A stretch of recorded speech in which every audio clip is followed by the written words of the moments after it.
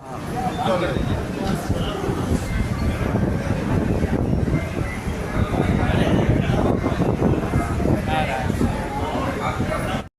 पर बैठ करके चिंतन मंथन करने का प्रयास कर रहे हैं कि आने वाले 1 तारीख को आखिर हम निर्णय क्या करें। और साथियों, हमारा यहाँ का मानना यह है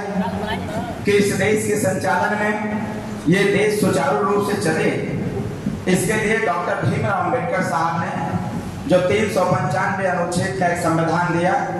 उस संविधान के पहले पेज पर इन्होंने लिखा कि इस देश में समता, स्वतंत्रता, बंधुत्व और न्याय स्थापित। कहीं न कहीं जो दलित चिंतक थे, उन लोगों से प्रेरणा लेते हुए डॉक्टर भीमराव अंबेडकर साहब ने हम सब के लिए, सभी लोगों के लिए जाति भावना से ऊपर उठ करके, धार्मिक भावना से ऊपर उठ करके लोगों को समान व्यवहार करने का नसीहत दिया। और भारतीय संविधान के पहले पेज पर उन्होंने लिखा कि इस देश में रहने वाले चाहे जिस भी जाति धर्म के लोग होंगे, उनके साथ जब सरकारों का गठन होगा तो सरकार जब बनेगी तो सरकार का ध्यान सभी लोगों की तरफ समान व्यवहार से होना चाहिए। आज हम सब लोग यहाँ पर चिंतित हैं। जिस प्रकार का माहौल देश और प्रदेश में चल रहा है, इस माहौल में कहीं न कहीं हम और आप, हम सब लोग इस बात को लेकर के चिंतित हैं कि आखिर हम लोग निर्णय क्या करें। साथियों, लोकतंत्र है और इस लोकतंत्र की मजबूती के लिए ही डॉक्टर भीमराव अंबेडकर साहब ने संविधान दिया और उन्होंने कहा था कि इस देश में अब सबको अधिकार होगा अपनी सरकार का गठन करने का, इस देश में सबको अधिकार होगा अपनी शिक्षा दीक्षा ग्रहण करने का, इस देश में सबको अधिकार होगा स्वतंत्र रूप से अपना जीवन यापन करने का, इस देश में सबको अधिकार होगा अपना बहुमूल्य एक वोट दे करके अपनी सरकार बनाने का। कहीं न कहीं हम सबके जो मार्गदर्शक रहे, प्रेरणा स्रोत रहे डॉक्टर भीमराव अंबेडकर साहब ने, जिनकी इतनी बड़ी सोच रही हो और उनके सोच के अनुसार इस देश को संचालित करने का काम किया गया हो, और यहाँ पर बैठ करके हम उनके अनुयायी अगर इस बात का निर्णय नहीं ले पा रहे हैं कि आने वाली 1 तारीख को हमको करने की क्या आवश्यकता है, तो आज घर जाकर के भारतीय संविधान के पहले पेज को पढ़ने का प्रयास करिएगा। कभी भी किसी भी हमारे संविधान में किसी जाति की चर्चा नहीं हुई। डॉक्टर अंबेडकर साहब ने जब एक वोट का अधिकार देने का काम किया तो वही डॉक्टर साहब ने कहा था कि आप अपना वोट बहुत सोच समझ के देना और देश के लिए देने का काम करना। आप अपना वोट अपने देश के निर्माण के लिए देना, आप अपना वोट अपने बच्चों की भविष्य के लिए देना, आप अपना वोट अपने क्षेत्र के विकास के लिए देना,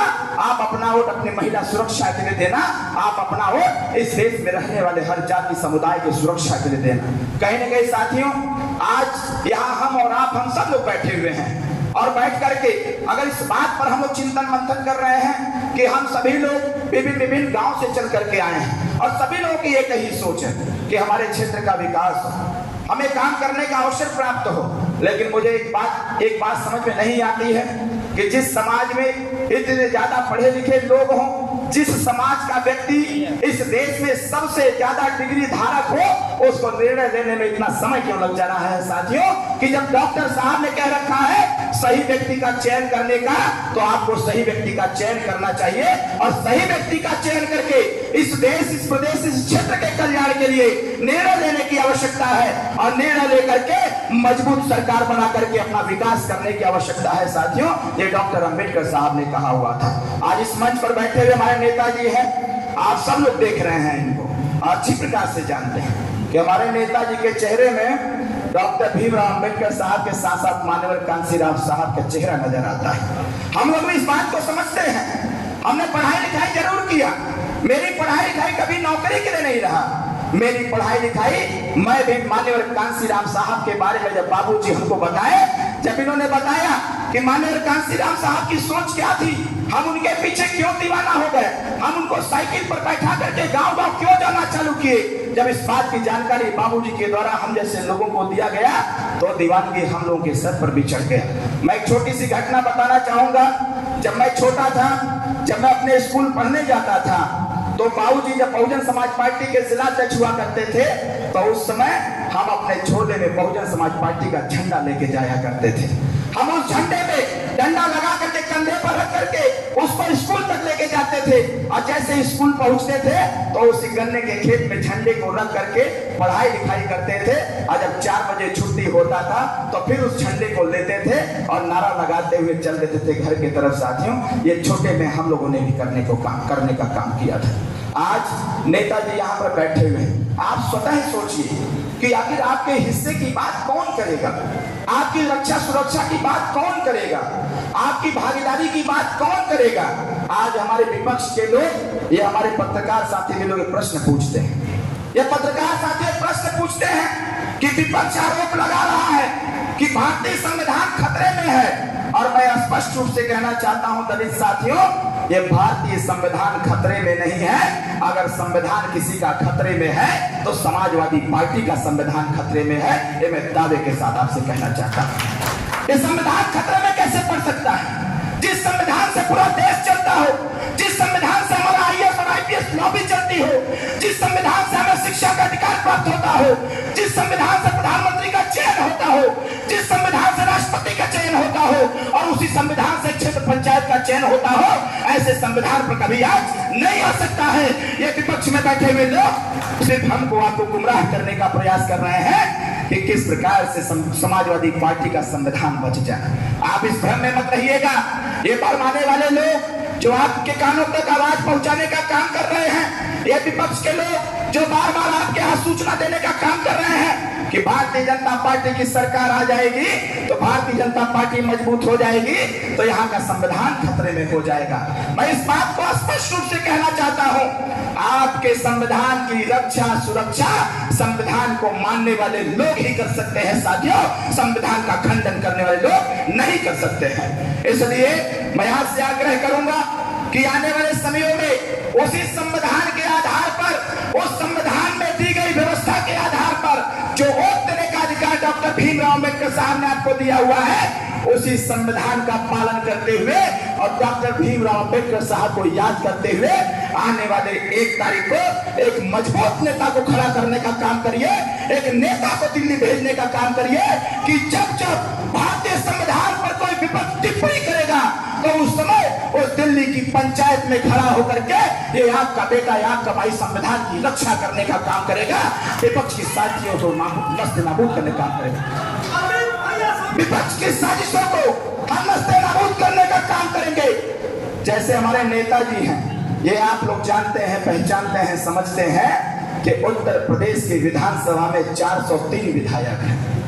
उत्तर प्रदेश के विधानसभा में 403 विधायक हैं और 403 विधायकों में जब उत्तर प्रदेश के गरीबों का सम्मान की बात आ जाती है, गरीब की रक्षा सुरक्षा, इसके हिस्सेदारी भागीदारी की बात आती है, तो कोई बोले चाहे मत बोले, लेकिन ओम प्रकाश राजभर जी ने संविधान की शपथ लिया हुआ है। इसलिए संविधान के आधार पर गरीबों की भागीदारी के लिए, इनकी रक्षा सुरक्षा के लिए डंके की चोट पर सदन में आवाज उठाता है कि इस देश में अगर हम लोग हैं तो हमको भी हमारा हिस्सा चाहिए, हमको भी हमारा भागीदारी चाहिए, हमको भी हमारी रक्षा सुरक्षा चाहिए। साथियों, मैं इस बात को आगे बढ़ाते हुए बस अंतिम बात कहना चाहता हूं, अगर उत्तर प्रदेश की विधानसभा में हम सबके नेता आपकी रक्षा सुरक्षा की बात कर सकते हैं, तो मैं दिल्ली की पंचायत में जाकर के आपके भागीदारी की बात करना चाहता हूं, आपके हिस्सेदारी की बात करना चाहता हूं। और जो संविधान को आड़े हाथ ये विपक्ष के लोग लेने का काम करते हैं, ऐसे लोगों की कलई खोलना चाहता हूं कि इस देश का संविधान कभी आज नहीं, कल नहीं, परसों नहीं, आने वाले समयों तक कोई भी आज नहीं आने दिया जाएगा साथियों। लेकिन एक बात तो तय है, एक बात तो 100% तय है कि अगर आप मन मिजाज बना लेंगे, अगर आप अपने आप को समझ गए और आपने मन मिजाज बना लिया, तो मैं 100% गारंटी के साथ कह रहा हूं दलित समाज के लोगों, जो संविधान को तोड़ने की बात ये समाजवादी पार्टी के लोग करने का काम कर रहे हैं, उनका संविधान जरूर टूट जाएगा 1 तारीख के मतदान के बाद और 4 तारीख के परिणाम के बाद। इसलिए मैं आपसे आग्रह करूंगा, आने वाले 1 तारीख को हम सभी लोग मिलकर के एक दूसरे का सहयोग करते हुए, एक दूसरे का सम्मान करते हुए, भारतीय संविधान को मानते हुए, भारतीय संविधान के समता स्वतंत्रता बंधुत्व न्याय को स्थापित करने के लिए आने वाले 1 तारीख को चुनाव निशान छड़ी का बटन दबाना है साथी, चुनाव निशान छड़ी का बटन दबाना है। और चुनाव निशान छड़ी, समाजवादी के लोग पता है क्या कह रहे हैं, साजिश रच रहे हैं। किस बात की?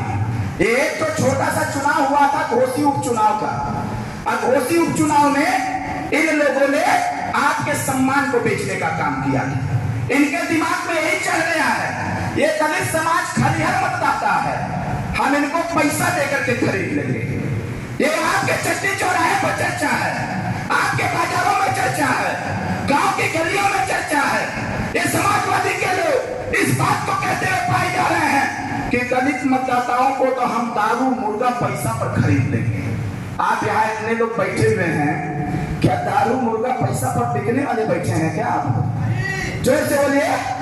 फिर ये समाजवादी के लोग क्यों इस बात को कह रहे हैं? आप याद करिएगा, मानव कांशीराम साहब कैडेट चलाते थे तो एक बार जरूर बोला करते थे वो कि जो अपने वोट की कीमत को नहीं समझ सकता वो अपने घर की इज्जत और सम्मान को नहीं समझ सकता। साथियों, ये मानव कांशीराम साहब कहा करते थे, और वही मानव कांशीराम साहब कहा करते थे कि जो अपने वोट को बेच सकता है दारू मुर्गा और पैसे पर, वो अपने घर की बहन बेटियों की इज्जत को भी बेच सकता है। साथियों, ये मानव कांशीराम साहब कहा करते थे। कांशीराम साहब के चेला हैं माननीय नेताजी, और उनके चेला हैं अरविंद राजभर। मैं इस बात को गांव गांव में कह रहा हूं, ये जो लोग घूम घूम के कह रहे हैं कि इनका हम वोट खरीद लेंगे,